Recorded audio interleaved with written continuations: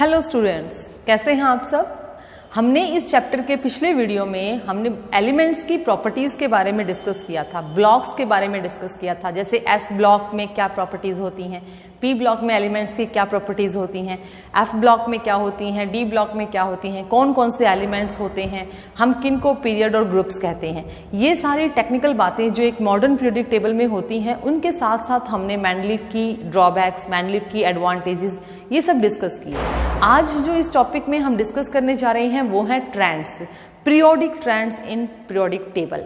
Trend का मतलब होता है कुछ ऐसी बातचीत, कुछ ऐसे पॉइंट्स जो कहीं ना कहीं वेरिएबल होते हैं, कहीं ना कहीं सिमिलर होते हैं। जैसे हम बोल सकते हैं कि ये आजकल ये ट्रेंड चल पड़ा। नहीं, आप लोग नॉर्मल लैंग्वेज में, आम भाषा में अपने आसपास ये सब सुनते हो, आजकल ये ट्रेंड चल पड़ा, ये पहनते हैं, वो पहनते हैं, ये बाइक चलती है, वो गाड़ियाँ चलती हैं, एक ट्रेंड ही चल पड़ा। ट्रेंड का मतलब होता है चलन। चलन का मतलब जिसके पीछे हम जा रहे हैं, एक के पीछे हम बार बार उसी को फॉलो कर रहे हैं, हम लोग फॉलोवर बन रहे हैं, तो बेटा उसी को ट्रेंड्स कहा जाता है। तो हमारे पास भी कुछ ऐसे ट्रेंड्स हैं, हम इनको बोलते हैं पीरियोडिक ट्रेंड्स। ठीक है, periodic trends in periodic table. हमने मॉडर्न पीरियोडिक टेबल में ही ये ट्रेंड्स जो है डिस्कस करने हैं। देखिए, मॉडर्न पीरियोडिक टेबल में ट्रेंड्स डिस्कस करने के दो तरीके हो सकते हैं। एक तो या तो हम इंडिविजुअल एलिमेंट और उसके एटम के ऊपर बात करें, या फिर हम उसके ग्रुप और उसके पीरियड, यानी उसके घर और उसके आसपास, उसकी गली, उसके मोहल्ले के बारे में बात करें। किसी इंडिविजुअल पर्सन की बात करें या उसके आसपास के व्यवहार के बारे में बात करें। सपोज अगर मैं सिर्फ किसी इंडिविजुअल पर्सन के बारे में बात करती हूँ, तो यहाँ पर पर्सन मेरे लिए एक एटम है, एक सिंगल एटम है जिसके बारे में मैं डिस्कस करूंगी। तो मैं पीरियोडिक ट्रेंड्स को दो भागों में बांट सकती हूँ। द ट्रेंड्स या the properties of an individual atom, यानी सिर्फ ऐसी प्रॉपर्टीज जो किसी एटम की हो सकती हैं, यानी किसी इंडिविजुअल पर्सन की हो सकती हैं। अगर मैं यहाँ पर अपने पीरियोडिक टेबल को डेली लाइफ रूटीन से कंपेयर करूं, तो इस एटम को मैंने एक इंडिविजुअल पर्सन माना है। या फिर प्रॉपर्टीज होंगी, properties in groups and period. तो बेटा जैसे ग्रुप का मतलब होता है कि वो पर्सन कहाँ रहता है। अब उस पर्सन के बारे में बात नहीं कर रहे, अब हम उस एटम के बारे में बात नहीं कर रहे। कहाँ रहता है, उसके साइड वाले घर में कौन रहता है, वो किस गली में रहता है, उस गली में कितने घर हैं, उनका घर छोटा है या बड़ा है, वो अपने परिवार में सबसे बड़ा है या छोटा है, वो मोटा है या छोटा है। इस तरीके से जो प्रॉपर्टीज सिर्फ उसकी पर्सनैलिटी को लेकर नहीं है, किसी इंडिविजुअल पर्सन की पर्सनैलिटी को लेकर नहीं है, तो हम उनको ग्रुप और पीरियड्स की प्रॉपर्टीज में डिस्कस करते हैं। सपोज अगर मैं सिर्फ एटम के ऊपर फोकस करती हूं, तो एटम की कौन कौन सी प्रॉपर्टीज हो सकती हैं। हम सबसे पहले यही सीखते हैं कि properties of individual atom, properties of atom जो हमें इस चैप्टर में डिस्कस करनी है और हमें आनी भी चाहिए, पता भी होना चाहिए। सबसे पहली प्रॉपर्टी जो हम देखते हैं वो होती है वैलेंसी। मैं यहीं पर इसको डिस्कस कर लेती हूँ कि वैलेंसी क्या होती है। आप इसको 8th क्लास से डिस्कस करते आ रहे हैं कि वैलेंसी क्या होती है। देखिए, हम तो इसको एक लैंग्वेज में यही बोलते हैं कि द कंबाइनिंग कैपेसिटी। कई बार बच्चे कहते हैं कि कंबाइनिंग कैपेसिटी क्या है, तो मैं आपको ये कहूंगी कि आप ये ऐसे भी बोल सकते हो कि the electron present in the last shell और द आउटर मोस्ट शेल, उसको भी आप वैलेंसी कह सकते हो। या फिर ये कह सकते हो the need of electron to acquire the octet, need of electron to acquire the octet. तो इसको वन वर्ड में हम यही कहेंगे, combining capacity of an element, किसी एलिमेंट या एटम की जो जुड़ने की ताकत है, कंबाइनिंग कैपेसिटी है, उसी को हम उसकी वैलेंसी कहते हैं। फॉर एग्जाम्पल, सपोज मेरे पास सोडियम है, इसका एटॉमिक नंबर 11 है, इसकी इलेक्ट्रॉनिक डिस्ट्रीब्यूशन 281 है। तो बेटा इसको जरूरत है या ये अपना इलेक्ट्रॉन देना चाहता है, तो जो भी कुछ यहाँ पर है इसके साथ किसी और के साथ जुड़ने के लिए, ताकि ये ऑक्टेट एक्वायर कर सके, उसी को हम क्या कहेंगे, कंबाइनिंग कैपेसिटी। तो ये अपने इलेक्ट्रॉन का लॉस करेगा। तो जुड़ने के लिए, किसी के साथ जुड़ने के लिए एक इलेक्ट्रॉन की जरूरत है, एक की जरूरत है। तो बेटा इसकी वैलेंसी कितनी हो गई? 1। ठीक है भाई, ऑक्टेट एक्वायर किया तो इस 1 इलेक्ट्रॉन ने किसी के साथ जुड़ने की कोशिश की, तो इसको हम इसकी कंबाइनिंग कैपेसिटी कहते हैं। सपोज मेरे पास है क्लोरीन, इलेक्ट्रॉनिक डिस्ट्रीब्यूशन है 287, यहां पर 7 है, we need to get octet. तो हम क्या करते हैं? गेन ऑफ इलेक्ट्रॉन, एक इलेक्ट्रॉन का हमने क्या कर दिया? गेन, यानी किसी से जुड़ने के लिए इसने एक इलेक्ट्रॉन का गेन किया, तो इसकी भी जो वैलेंसी है बेटा वो क्या हो गई? 1। तो इस तरीके से आउटर मोस्ट शेल में प्रेजेंट इलेक्ट्रॉन्स को एक्वायर टू ऑक्टेट क्या स्टेबिलिटी एक्वायर करने के लिए जितने इलेक्ट्रॉन्स की नीड होती है, हम उसी को उसकी वैलेंसी कहते हैं। आप इसको एक वर्ड में याद कर सकते हैं, the combining capacity of an element. ठीक है, तो पहली प्रॉपर्टी जो हम एटम की डिस्कस करेंगे वो होगी हमारी वैलेंसी। बेटा सेकंड प्रॉपर्टी हम जो डिस्कस, देखिए अभी जो वैलेंसी मैंने बताई वो हम वैसे तो डिस्कस कर भी चुके हैं, लेकिन आगे और भी डिस्कस करेंगे साथ साथ प्रॉपर्टी स्ट्रैंड में। लेकिन जो ये प्रॉपर्टीज मैं लिखूंगी ये हम बाद में एक पूरे टॉपिक के रूप में पढ़ेंगे, तो अभी हम इनको डिस्कस नहीं कर रहे। सेकेंड प्रॉपर्टी है बेटा इलेक्ट्रॉन गेन एंथैल्पी। ठीक है, मैं आपको बताऊंगी डिटेल में ये। Ionisation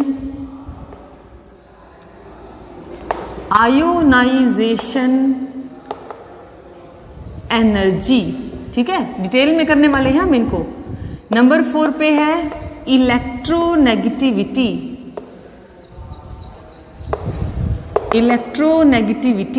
right. और नंबर 5 पे है एटॉमिक रेडियाई। तो सबसे पहले हम इसी को डिस्कस कर लेते हैं, बहुत ही सिंपल है। हम इसके ट्रेंड्स के बारे में बात करेंगे, हम इंडिविजुअल एटम के लिए इसको बात करेंगे। तो सबसे पहली जो प्रॉपर्टी हम डिस्कस करने जा रहे हैं वो है atomic radii.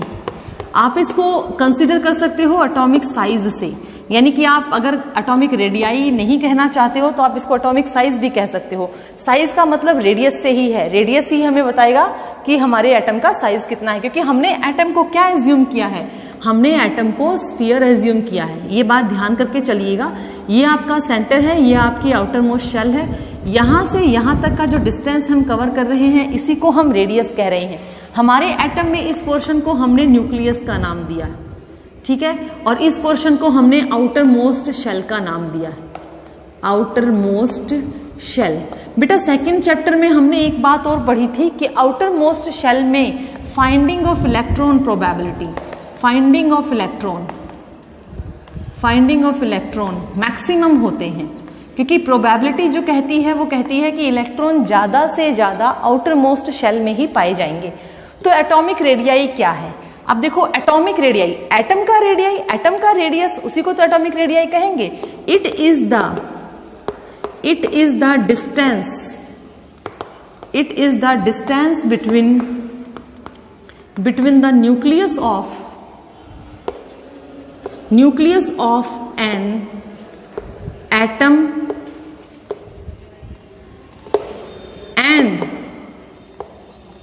and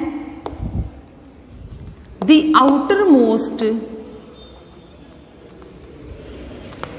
outermost shell where the finding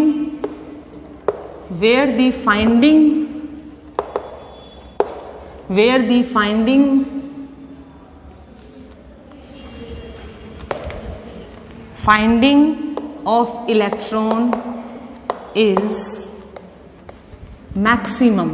ठीक है, तो हमने जो एटॉमिक रेडियाई है उसको क्या देखा कि यह वो डिस्टेंस है, वो दूरी है जो किसी न्यूक्लियस से उसके आउटर मोस्ट शेल को रिप्रेजेंट करती है। एटॉमिक रेडियाई 3 टाइप के होते हैं, 3 टाइप के एटॉमिक रेडियाई पढ़ेंगे हम। सबसे पहला टाइप होता है कोवैलेंट, आप यहां लिख सकते हो इसको अच्छे से, टाइप्स ऑफ एटॉमिक रेडियाई। बेटा AR लिखा है, AR एटॉमिक रेडियाई को रिप्रेजेंट कर रहा है। सबसे फर्स्ट टाइप होती है बेटा कोवेलेंट टाइप या कोवेलेंट रेडियाई। सेकेंड टाइप पर हम पढ़ेंगे बेटा मेटालिक रेडियाई, और बेटा थर्ड टाइप हम पढ़ेंगे wonder wall radii, wonder walls radii. ठीक है, इनको बेटा हम 1 बाय 1 पढ़ेंगे कि कोवेलेंट रेडियाई क्या होते हैं, मेटालिक रेडियाई क्या होते हैं। और देखो बेटा एटॉमिक रेडियाई की 3 टाइप्स होती हैं, कोवेलेंट रेडियाई, मेटालिक रेडियाई और वंडरवॉल रेडियाई। ठीक है, अब एटॉमिक रेडियाई वैसे तो कैलकुलेट करना बहुत मुश्किल हो जाता है, क्योंकि जो एटम है उसकी जो आउटर बाउंड्री है हम उसको कभी शार्प नहीं बोलते, मतलब ऐसी नहीं होती कि जैसे कोई बॉल हो, यानी आउटर सरफेस उसका हार्ड नहीं होता। ठीक है, हार्ड नहीं होता तो हमें ये एग्जैक्टली पता नहीं चलता कि हम कहाँ तक कंसिडर करें कि वो एक बाउंड्री है। जैसे क्लाउड्स हैं, आप सपोज कीजिए आप एक क्लाउड को स्फीयर फॉर्म में ले रहे हैं और आपको ये कंसिडर करना है कि आप इसका रेडियस निकालिए, तो जो क्लाउडी अपीयरेंस है उसमें आप कहाँ तक मेजर करेंगे कि ये उसका रेडियस है। तो ये हमारी पहली डिफिकल्टी होती है कि हम एटम को कंसिडर नहीं कर सकते। अगर हम एटम की बाउंड्री को शार्प बाउंड्री कंसिडर नहीं कर सकते तो हम एटम का रेडियस भी शार्पली कंसिडर नहीं कर सकते। इसलिए हमें उनको बॉन्डेड एटम के या मॉलिक्यूल की फॉर्म में ही देखना पड़ता है। तो उस मॉलिक्यूल की फॉर्म में हम ये 3 रेडियाई जो हैं इनको कंसिडर करते हैं। सबसे पहला रेडियाई है बेटा कोवेलेंट रेडियाई। जैसा कि नाम बोल रहा है कोवेलेंट रेडियाई, यानी कि ये covalent bonded atom, bonded molecules के अंदर ही होगा। पर रेडियाई है तो क्या कह रहा है, it is the half of the internuclear distance between 2 covalently bonded atom, यानी कि 2 एटम्स को पहले बॉन्ड बनाना पड़ेगा। और कैसा बॉन्ड बनाना पड़ेगा, कोवेलेंट बॉन्ड। बेटा कोवेलेंट बॉन्ड म्यूचुअल शेयरिंग से बनता है, उसमें दोनों एटम एक दूसरे के ओवरलैप कर जाते हैं। ओवरलैपिंग कैसे होती है, सपोज ये एक एटम है, ये दूसरा एटम है, तो वो कुछ हद तक ऐसे ओवरलैपिंग कर जाते हैं, यानी उनका स्फीयर दूसरे के स्फीयर में थोड़ा सा इंसर्ट हो जाता है। जैसे कि ये आपके सामने है, ये 2 H एटम, ये सिंगल H एटम है, ये सिंगल H एटम है। मैंने इनको कोवेलेंटली बॉन्ड किया तो ये इतना हिस्सा इन्होंने क्या कर दिया, ओवरलैप कर दिया। तो कोवेलेंट रेडियाई क्या कह रहा है कि दोनों के न्यूक्लियस, दोनों के, इस एटम का न्यूक्लियस A है, इस एटम का न्यूक्लियस B है, दोनों के एटम के न्यूक्लियस का जो डिस्टेंस है अगर आप उसका हाफ करते हैं तो आपको कोवेलेंट रेडियाई मिलता है। ये covalent radii mutually shared compounds के अंदर ही कैलकुलेट किया जाता है और ये एक्चुअल साइज से छोटा होता है, क्योंकि आपकी ओवरलैपिंग हो गई तो ओवरलैपिंग वाला हिस्सा तो दोनों में कॉमन हो गया, तो हमारा जो रेडियाई है वो कैसा रहेगा, छोटा रहेगा। Second one is our metallic radii. Metallic, metal का मतलब, ये मेटालिक का मतलब कि यहाँ पर जो बॉन्ड होगा वो आपका आयोनिक टाइप होगा, यानी कि इलेक्ट्रॉन के ट्रांसफर से बना होगा। तो यहाँ पर मेटल ट्रांसफर, मेटल के बीच में मेटल इलेक्ट्रॉन और जो कर्नेल्स होते हैं उनके बीच में फोर्स ऑफ अट्रैक्शन से बॉन्ड जो बनता है वो मेटालिक बॉन्ड कहलाता है। तो it is the half of the internuclear distance of 2 atom bonded by metallic bonding. अब ये एक एटम है, ये दूसरा एटम है, दोनों के बीच में अट्रैक्टिव फोर्सेस काम कर रही हैं, इलेक्ट्रॉन प्रोटॉन, इलेक्ट्रॉन प्रोटॉन। तो जो बॉन्ड यहाँ पर बन रहा है वो मेटालिक बॉन्ड है। तो इंटरन्यूक्लियर डिस्टेंस में देखिए यहाँ पर ना सिर्फ सरकमफ्रेंस टच हुई है, ओवरलैपिंग नहीं हुई। जैसे कि कोवेलेंट में ओवरलैपिंग है, वैसे यहाँ पर कोई ओवरलैपिंग नहीं है। इंटरन्यूक्लियर डिस्टेंस का एग्जैक्टली हाफ अगर हम देखते हैं तो वो हमारा कौन सा रेडियाई होता है, मेटालिक रेडियाई। देखिए मेटालिक रेडियाई होता है CD/2। मैंने यहाँ पर इसको C और इसको इस सेंटर को D माना है, तो CD/2 it means half of the internuclear distance of metallically bonded atom या मॉलिक्यूल जो है उसका रेडियस निकाला। Third one is our van der Waals radii. Van der Waals radii जो बेटा, वैसे तो ये गैसियस मॉलिक्यूल्स के अंदर कंसिडर होता है, लेकिन जब तक वो इंडिविजुअल होते हैं वो गैसियस रहेंगे।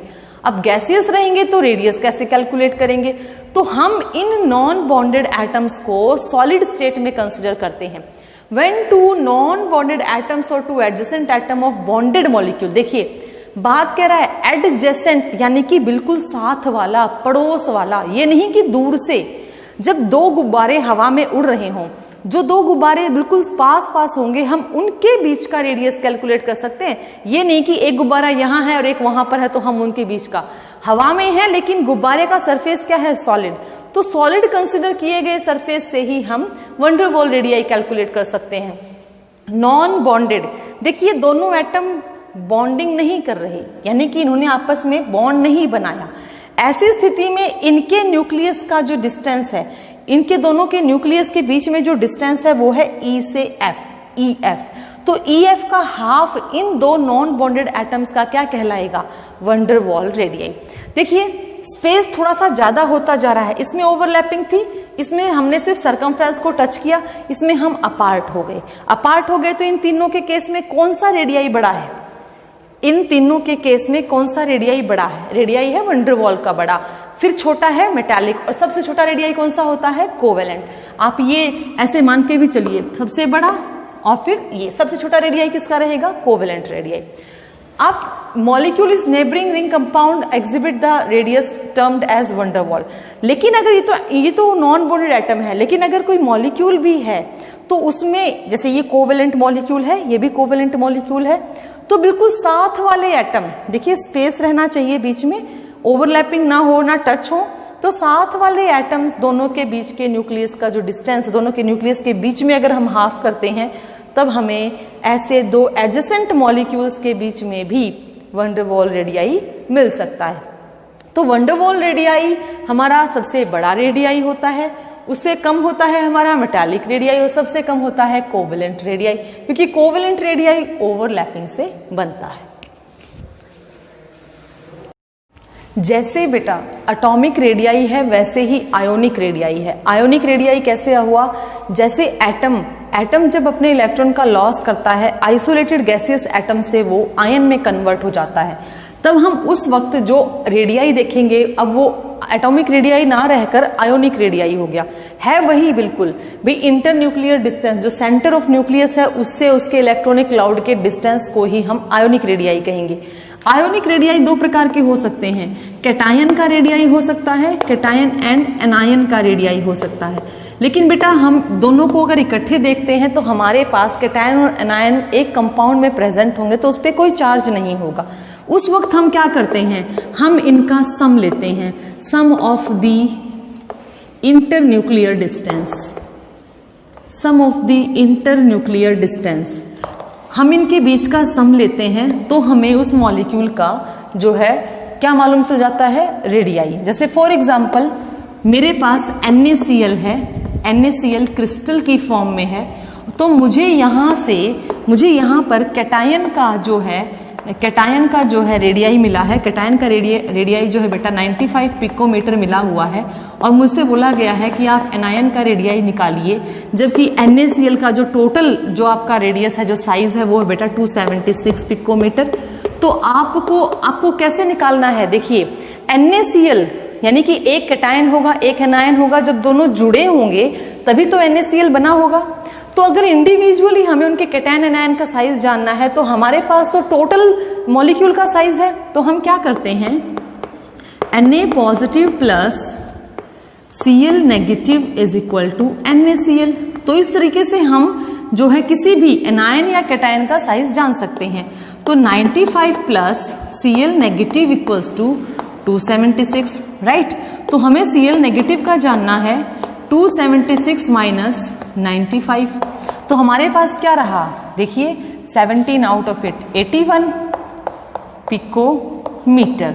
तो क्लोराइड का जो साइज हमारे पास आया, वो हमारे पास आया 181 पिकोमीटर।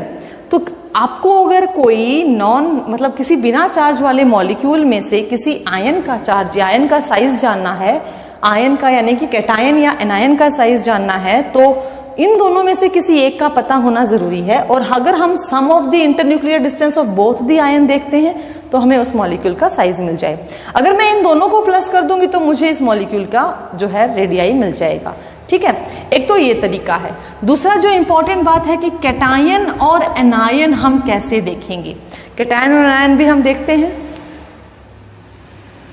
ऑफ कैटायन, अगर हम एनायन और कैटायन के साइज में कंपैरिजन करें तो क्या कह रहा है? The size of cation is always smaller than it's parent atom.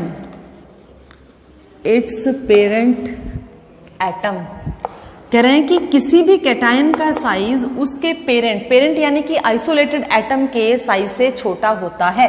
कैसे होता है देखते हैं। फॉर एग्जाम्पल मेरे पास है सोडियम, ये है isolated gaseous atom, isolated gaseous atom, ठीक है। और बेटा जब मैं इसको आयन में कन्वर्ट करती हूं बाय अप्लाइंग आयोनाइजेशन एनर्जी, तो सोडियम जो है देखिए इसकी जो इलेक्ट्रॉनिक कन्फिग्रेशन है वो है 281। 281 की कन्फिग्रेशन में मैंने जो साइज बनाया वो देखिए, ये सेंटर है, सेंटर न्यूक्लियस है, ये पहली शेल है के शेल, ये दूसरी शेल है और ये तीसरी शेल है, राइट। पहली शेल में इसके पास 2 इलेक्ट्रॉन हैं, दूसरी शेल में इसके पास पूरी शेल में 8 इलेक्ट्रॉन है और तीसरी शेल में इसके पास 1 इलेक्ट्रॉन है। तो इसको अपने ऑक्टेट को एक्वायर करने के लिए इस इलेक्ट्रॉन को क्या करना पड़ेगा, इस इलेक्ट्रॉन का क्या करना पड़ेगा, लॉस ऑफ इलेक्ट्रॉन करना पड़ेगा ना। और आखिरी शेल में है ही 1 इलेक्ट्रॉन, जैसे ही 1 इलेक्ट्रॉन का लॉस करता है ये क्या बन जाता है, इलेक्ट्रॉन का लॉस करने पर, लॉस वाला जो चीजें होती है ना हम प्रोडक्ट साइड में प्लस में लिखते हैं, जैसे वाटर का लॉस हो रहा है, इलेक्ट्रॉन का लॉस हो रहा है, CO2 गैस का लॉस हो रहा है, तो हम प्रोडक्ट साइड में उसको ऐड करके लिखते हैं, ठीक है। ये अब हमारे पास क्या बन गया, कैटायन, ठीक है। और हमने 1 इलेक्ट्रॉन का क्या कर दिया, लॉस। जरा देखेंगे अगर ये 1 इलेक्ट्रॉन आखिरी शेल में से निकल जाता है, अगर ये 1 इलेक्ट्रॉन इस आखिरी, ये पहली शेल के शेल, ये L शेल, ये M शेल, अगर ये 1 इलेक्ट्रॉन लास्ट शेल में से रिमूव हो जाता है तो 1 ही इलेक्ट्रॉन था तो शेल भी रिमूव हो गई, तो लास्ट शेल जो है वो क्या हो गई, last shell will remove. Last shell remove होते ही जरा सोचिएगा, न्यूक्लियस से आउटर शेल के डिस्टेंस को ही तो हमने रेडियस कहा था, लेकिन अगर लास्ट शेल ही रिमूव हो गई तो इतना हिस्सा क्या हो गया, कम। अब कैटायन के केस में भी तो ऐसा ही होगा, जो हमारी इलेक्ट्रॉनिक कन्फिग्रेशन है वो क्या रह गई, 2-8, और हमारा जो सेंटर है, सेंटर से हमारे पास के शेल और L शेल, इसमें 2 इलेक्ट्रॉन और इसमें कितने, 8 इलेक्ट्रॉन। भाई अब आखिरी शेल तो रही नहीं, तो यहां से यहां तक का डिस्टेंस ही क्या बन गया, रेडियस। इस रेडियस और इस रेडियस में से छोटा रेडियस किसका है, कैटायन का। और ये कैटायन आया कहां से, आइसोलेटेड गैसियस एटम से, तो ये इसका पेरेंट एटम हुआ। तो कैटायन का साइज हमेशा पेरेंट एटम से छोटा होता है, कोई भी कैटायन हो। मैंने सोडियम का एग्जांपल लिया, आप कोई और भी एग्जांपल ले सकते हैं। तो कैटायन का साइज हमेशा अपने पेरेंट एटम से कैसा होता है, छोटा होता है। अच्छा, यहां पर ये I.T मैंने लिखा, ये जो है ये आयोनाइजेशन एनर्जी है, यानी ऐसी एनर्जी जो आयन बनाती है, ठीक है। यानी वो एनर्जी जो किसी आइसोलेटेड गैसियस एटम को आयन में कन्वर्ट करती है, हम उसको आयोनाइजेशन एनर्जी कहते हैं, राइट। अब यहां से हम एनायन के बारे में और देखते हैं। देखो बेटा, कंपैरिजन में आते हैं तो हम जैसे हमने कैटायन का किया वैसे ही हम एनायन का करेंगे। तो हम कहेंगे radius of anion, radius of anion is always greater than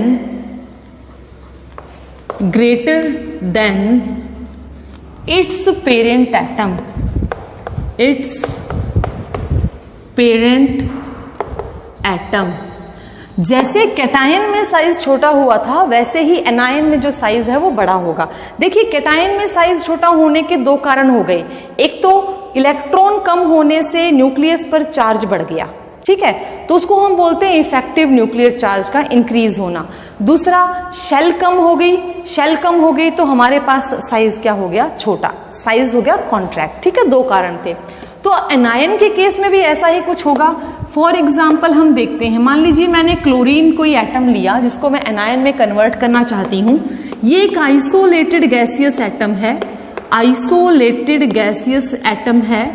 मैं इसके ऊपर, अब बेटा इसके ऊपर मैं आयोनाइजेशन एनर्जी नहीं लगा सकती, ये मैं आपको आगे डिटेल में भी बताऊंगी।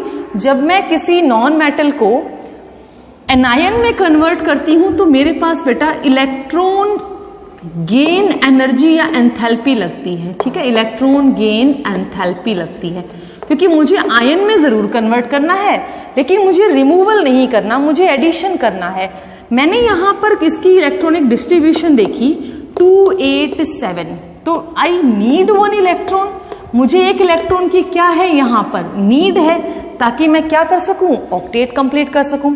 सपोज मेरे पास ये न्यूक्लियस है, ये पहली शेल है, ये दूसरी शेल है, ये तीसरी शेल है।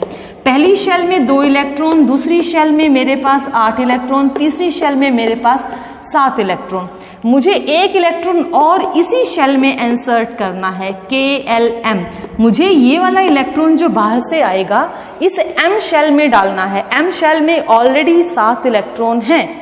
अगर एक इलेक्ट्रॉन और यहाँ आता है, अगर एक इलेक्ट्रॉन और यहाँ आता है तो इलेक्ट्रॉन से इलेक्ट्रॉन के बीच में रिपल्शन शुरू हो जाता है। रिपल्शन यानी लड़ाई। सपोज आप हॉस्टल में रहने जा रहे हो, आप कहीं बाहर स्टडी कर रहे हो, आप हॉस्टल में रहने जा रहे हो और आपको एक रूम अलॉट किया गया। उस रूम में ऑलरेडी 5 बच्चे आपके साथ हैं और आपको उन्हीं के साथ रूम शेयर करना है ना। वो 5 बच्चे एक कंफर्ट जोन में है कि उनको अपनी प्रॉपर बेडिंग मिली हुई है, प्रॉपर उनको अलमीराज मिली हुई है, वो एक कंफर्ट जोन में है। और आपको जैसे ही कहा जाता है कि आपको इनके साथ शेयर करना है ये रूम, और आप वहां पर 6th मेंबर हैं। अब रूम तो बड़ा नहीं हो सकता, रूम तो उतना ही रहेगा जो रूम का डायमेंशन है। आप सब क्या करोगे, एडजस्टमेंट, मतलब वो 5 बच्चे जो आपसे पहले वहां रहते हैं वो क्या करेंगे, एडजस्टमेंट में थोड़ा थोड़ा अपना सामान सरकाएंगे ताकि आपकी बेडिंग वहां हो सके। थोड़ा थोड़ा अपने उसमें अलमीराज में थोड़ा सा स्पेस आपको देंगे कि भाई आप अपना जो भी लगेज है, जो भी आपका सामान है आप रख सको। ऐसा ही कुछ करोगे ना। लेकिन कब तक, सिर्फ कुछ दिन तक। थोड़े दिनों बाद आप लोगों की इनके साथ लड़ाई होनी स्टार्ट हो जाएगी। तूने यहाँ ये क्यों रोक दिया, वो क्यों रोक दिया, ये यहाँ पर पड़ी है, वो वहां पर पड़ा है, मेरा सामान यहाँ आना चाहिए। ऐसे धीरे धीरे आप लोगों की लड़ाई होनी स्टार्ट हो जाएगी। लड़ाई होनी स्टार्ट होगी तो क्या आपका कमरा फैल जाएगा, क्या आपके कमरे का साइज बढ़ जाएगा? नहीं ना। लेकिन हमारे एटम के पास ऐसी फ्लेक्सिबिलिटी है। जब ये इलेक्ट्रॉन किसी नए इलेक्ट्रॉन के आने से आपस में लड़ाई करते हैं, यानी कि रिपेल करते हैं, रिपल्शन करते हैं, तो एटम क्लाउडी है भाई, शार्प बाउंड्री तो है नहीं, क्लाउडी है। क्लाउडी है तो ये क्या हो जाता है, एक्सपेंड। क्या हो जाएगा, ये एक्सपेंड हो जाएगा। एक्सपेंड हो जाएगा तो हमारा साइज क्या हो जाएगा, साइज क्या हो जाएगा, इंक्रीज। और साइज इंक्रीज हो गया तो इसका मतलब रेडियाई क्या हो गया, इंक्रीज। अगर इसी क्लोरीन को मैं एनायन में बदल दूं, क्लोरीन को मैंने एनायन में बदला, मेरी नई कॉन्फ़िगरेशन क्या हो गई, 288। और एनायन के लिए इलेक्ट्रॉन हमेशा रिएक्टेंट साइड ऐड किया जाता है और हमारे एनायन पर चार्ज होता है नेगेटिव। तो हमारे एनायंस का जो साइज है वो इंक्रीज हो जाता है। अपने पेरेंट एटम से उनका रेडियाई हमेशा बड़ा होता है। कैसे बड़ा होता है, 2 पॉइंट्स यहां पर काम करेंगे। Effective nuclear charge, effective nuclear charge जो होगा, देखिए इफेक्टिव न्यूक्लियर चार्ज क्या है, ये न्यूक्लियर चार्ज है इस न्यूक्लियस पर प्रोटॉन के कारण आने वाला पॉजिटिव चार्ज। जब यहां पर 17 इलेक्ट्रॉन थे तो प्रोटॉन भी कितने थे, 17। लेकिन जैसे ही एक इलेक्ट्रॉन आया, ध्यान से सुनिएगा, इलेक्ट्रॉन आया, प्रोटॉन थोड़ी ना आया, इलेक्ट्रॉन आया। प्रोटॉन तो अब भी कितने हैं, प्रोटॉन तो अब भी कितने हैं, 17 ही है। कम हो गया ना पॉजिटिव चार्ज, बढ़ कौन गया, नेगेटिव चार्ज बढ़ गया जो अपीयर हो रहा है। तो इफेक्टिव न्यूक्लियर चार्ज जो है वो क्या हो जाता है, डिक्रीज हो जाता है। इफेक्टिव न्यूक्लियर चार्ज डिक्रीज हो जाता है। इंटर इलेक्ट्रॉनिक रिपल्शन जो है वो बढ़ जाता है, इंक्रीज हो जाता है। इंटर इलेक्ट्रॉनिक का मतलब इलेक्ट्रॉन से इलेक्ट्रॉन के बीच में लड़ाई, ठीक है, इंक्रीज हो जाता है। सो एटम या एनायन लिख सकते हैं आप। सो एनायन एक्सपैंड्स, एनायन क्या हो जाएगा, एक्सपैंड हो जाएगा। एक्सपैंड होते ही साइज क्या हो जाएगा, बड़ा। ठीक है, चलिए एक बार इसको लिख लीजिए ताकि हम ट्रेंड्स के बारे में डिस्कस कर लें।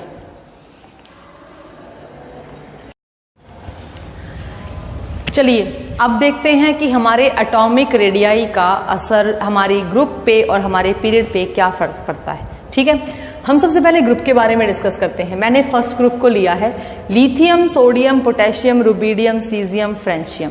ये हम टॉप टू बॉटम आ रहे हैं। टॉप टू बॉटम आ रहे हैं तो आपको पता है जब हम ऊपर से नीचे, पीरियोडिक टेबल में भी हमने देखा है, जब हम ऊपर से नीचे होते हैं या आते हैं तो हमारे पास एटॉमिक नंबर इंक्रीज होता है। ठीक है। जैसे सपोज लिथियम का मेरे पास एटॉमिक नंबर कितना है, 3 है, इसका 11 है, आप इसमें 8 प्लस कर दिए 19 है। ऐसे हमारे पास एटॉमिक नंबर क्या होता है, इंक्रीज होता है। एटॉमिक नंबर इंक्रीज हो रहा है तो इलेक्ट्रॉन के नंबर भी इंक्रीज हो रहे होंगे। इलेक्ट्रॉन के नंबर इंक्रीज हो रहे होंगे तो क्या शेल भी इंक्रीज हो रही होंगी। भाई न्यूक्लियस से जब हम पहली शेल में 2, दूसरी में 8, फिर 18, फिर 18, फिर 32, इस तरीके से डिस्ट्रीब्यूशन करते चलते हैं तो क्या नई शेल नहीं जुड़ रही होगी। देखिए अगर मैं लिथियम की बात करूं तो लिथियम के पास तो 3 ही इलेक्ट्रॉन हैं। अगर मैं लिथियम की बात करूं तो डिस्ट्रीब्यूशन क्या रहेगा, 2-1 रहेगा। मेरे पास सेंटर है, सेंटर के बाहर पहली शेल और दूसरी शेल, क्योंकि 2 ही शेल में के और एल शेल में ही इसने काम किया। ये मेरे पास लिथियम है। देन मेरे पास सोडियम आ गया 2, 8, 1। अब मेरे पास न्यूक्लियस है, पहली शेल है, दूसरी शेल है और फिर तीसरी शेल है। पहली शेल में 2 इलेक्ट्रॉन है, दूसरी शेल में मेरे पास 8 इलेक्ट्रॉन है और तीसरी शेल में मेरे पास 1 इलेक्ट्रॉन है। तो क्या न्यूक्लियस से आउटर मोस्ट शेल का डिस्टेंस नहीं इंक्रीज हो रहा, बढ़ रहा है ना। नई एनर्जी शेल ऐड होती जा रही है। जैसे जैसे हम टॉप टू बॉटम आएंगे, जैसे जैसे हम टॉप टू बॉटम आएंगे, अगर रेडियाई इंक्रीज हो रहा है due to increase in number of shell और एडिशन, आप इसको एडिशन बोल सकते हो, addition of new energy shell, नई एनर्जी शेल के एडिशन के कारण नंबर ऑफ शेल भी इंक्रीज हो रही हैं और हमारा रेडियाई भी इंक्रीज हो रहा है। रेडियाई इंक्रीज हो रहा है तो साइज भी क्या हो रहा है, बड़ा। तो रिमेंबर दैट ग्रुप में जब हम बात करते हैं पीरियोडिक टेबल में, तो ग्रुप में टॉप टू बॉटम हम आते हैं। हमारे पास 18 ग्रुप हैं, हम टॉप टू बॉटम जब भी आएंगे हमारा साइज धीरे धीरे क्या होगा, increase, due to addition of new energy shell. नई एनर्जी शेल के ऐड होने से न्यूक्लियस के और आउटर मोस्ट शेल के बीच का डिस्टेंस बढ़ जाता है और उस डिस्टेंस को ही हमने रेडियस कहा था। तो वो साइज के लिए, एटॉमिक साइज के लिए भी रिस्पॉन्सिबल है, राइट। चलिए वेरिएशन इन पीरियड्स देखते हैं। पहले मैंने आपको सेकेंड पीरियड में लिया। सेकेंड पीरियड है हमारा lithium, beryllium, boron, carbon, nitrogen, oxygen, fluorine and neon. मैंने सेकेंड पीरियड यहां लिखा।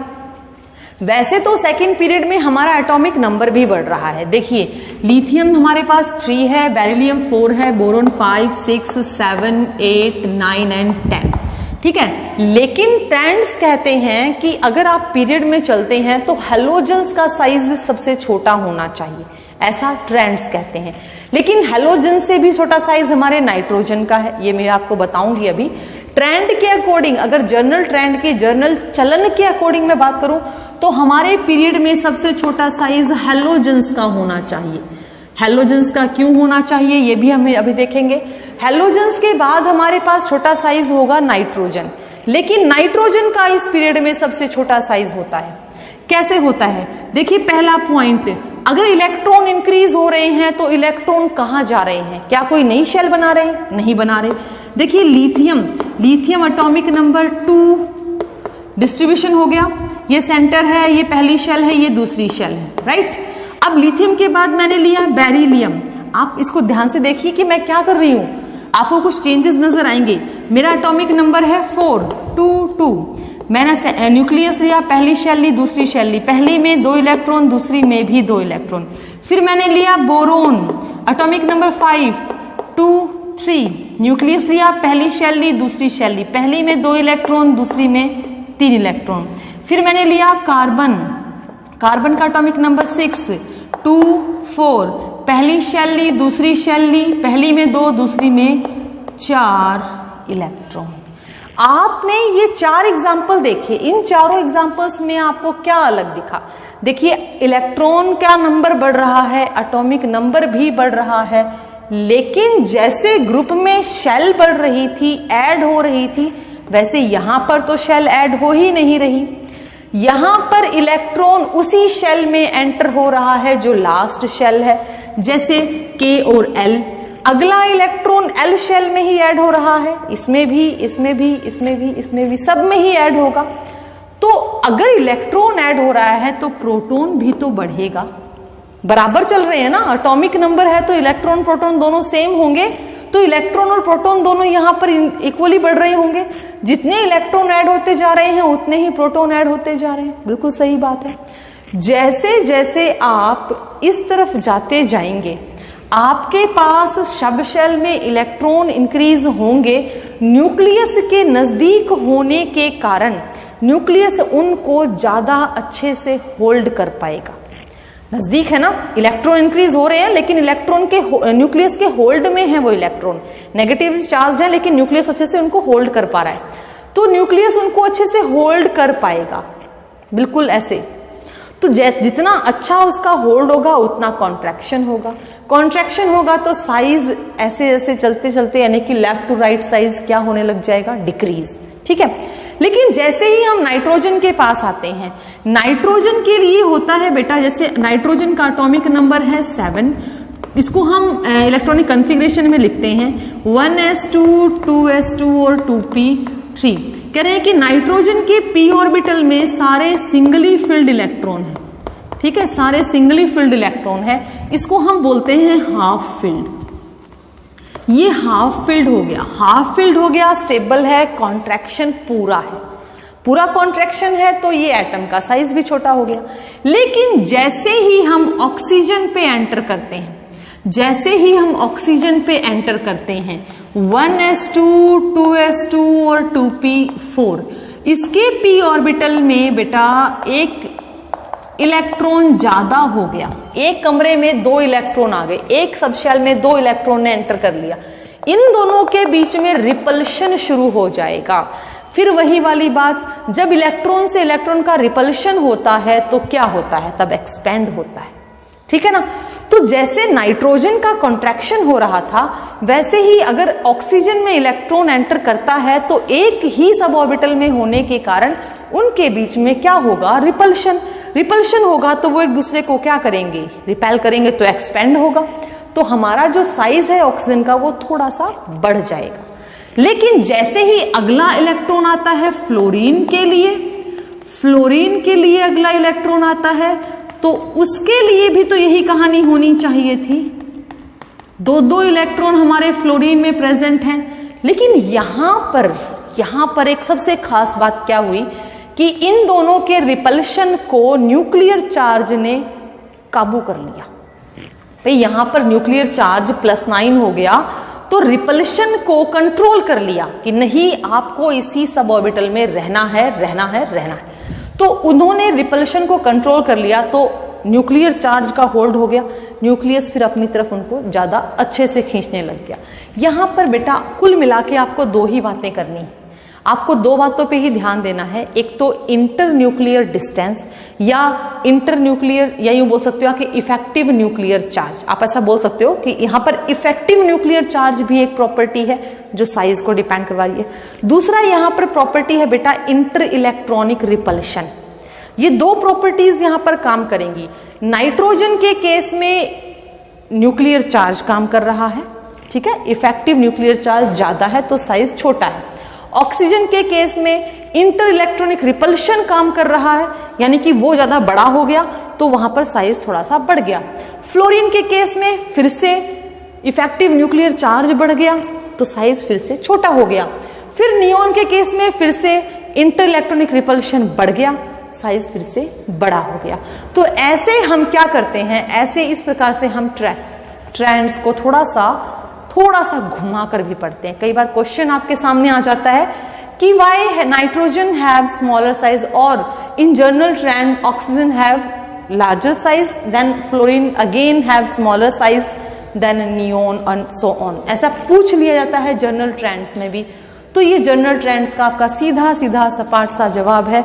आई होप आपने ये बना लिए होंगे। तो मैं एक बार यहाँ पर वो 2 पॉइंट लिख दूं जो आपके इस साइज के लिए रिस्पॉन्सिबल हैं। पहला पॉइंट है कि क्या होना चाहिए, इफेक्टिव न्यूक्लियर चार्ज।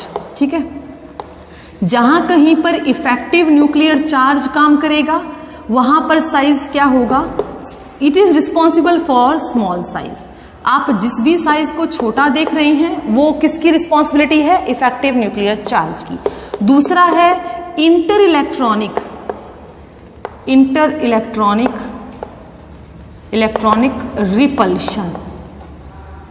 रिपल्शन ये किस साइज के लिए रिस्पॉन्सिबल है? लार्ज साइज के लिए। ठीक है, जहां साइज बड़ा हो रहा है वहां पर इलेक्ट्रॉन से इलेक्ट्रॉन के बीच में क्या हो रहा है? रिपल्शन। तो ये दो प्रॉपर्टीज आप वेरिएशन इन ट्रेंड या पीरियड्स के अकॉर्डिंग देख सकते हैं। पीरियड में जब भी आपको जहां भी लगेगा कि ये ट्रेंड ऐसे बोल रहा है, ऐसे बात कर रहा है, तो आप इन दो प्रॉपर्टीज के ऊपर ही फोकस करेंगे कि न्यूक्लियर चार्ज कैसा हो गया वहां पर न्यूक्लियस के ऊपर चार्ज ज्यादा अच्छे से काम कर रहा है या फिर इलेक्ट्रॉन्स के बीच में रिपल्शन। रिपल्शन काम करेगा तो साइज बड़ा हो जाएगा और अगर चार्ज काम करेगा तो साइज छोटा हो जाएगा। देखिए इस ग्राफ में बताया भी गया है कि लिथियम का साइज 152 पिकोमीटर है, फिर बेरिलियम 111 पिकोमीटर, बोरोन आएंगे 88, कार्बन आएंगे 77, nitrogen 70 picometre, oxygen 74 and fluorine 72। यानी देखिए एक बार ऑक्सीजन का बढ़ गया, फिर फ्लोरीन का घट गया, आगे नियोन का बढ़ जाएगा। नियोन तो नोबल गैस है तो वो एक्सपैंड रहेगी। तो इस तरीके से जो हमारे एटॉमिक साइज की बात है तो ग्रुप में टॉप टू बॉटम बढ़ता है, और जर्नल ट्रेंड की बात करें तो लेफ्ट टू राइट घटता है। But some exceptions are here, वो एक्सेप्शंस इन दो प्रॉपर्टीज पर काम करती है। ठीक है, आप इसको लिख लीजिए, समझ लीजिए और इसकी क्वेरीज को देखिएगा। यही इन्हीं कंसेप्ट्स में उनके आंसर आपको अच्छे से मिल जाएंगे।